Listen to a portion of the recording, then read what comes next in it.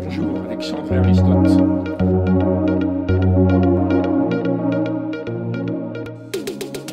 Trois raisons de lire Les Routes de la soie, de Peter Frankopan.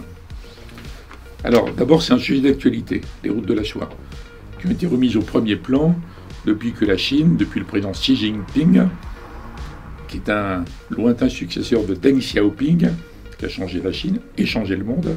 Donc depuis que le président Xi Jinping a lancé cet immense programme, au départ c'est un programme économique, c'est pour élargir l'influence de la Chine dans sa zone, l'Asie centrale, le reste de l'Asie, mais on voit que c'est un programme mondial en fait, et qui traduit les ambitions nouvelles, extraordinaires de la Chine, bien au-delà des vieilles routes de la soie, qui pendant des siècles reliaient au pas lent des caravanes la Chine centrale, le Xi'an, et puis la zone du Proche-Orient.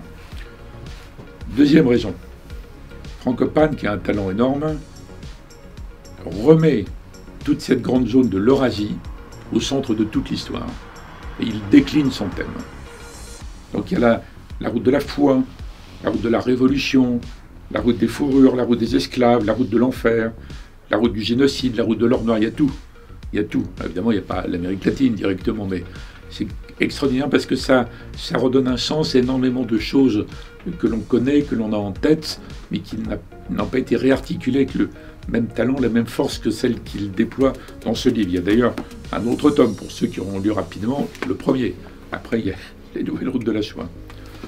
Et troisièmement, troisième raison, je dirais tout simplement que c'est captivant. Dès qu'on entre dans le livre, c'est merveilleusement écrit. Et par ailleurs, c'est merveilleusement traduit. C'est un Slovaque qui est écrit en anglais, là on le dit en français, mais c'est formidable. On entre dans le livre, on ne peut plus le lâcher. Même quand c'est des choses que l'on croyait connaître. L'éclairage est différent. Les mots sont bien choisis. On est pris à la gorge et on est entraîné. C'est magnifique. Il rééclaire des siècles et des siècles de l'histoire du monde. Donc vraiment, c'est formidable. Voilà. Bonne lecture avec Alexandre Aristote. Bonne lecture de Frankopan.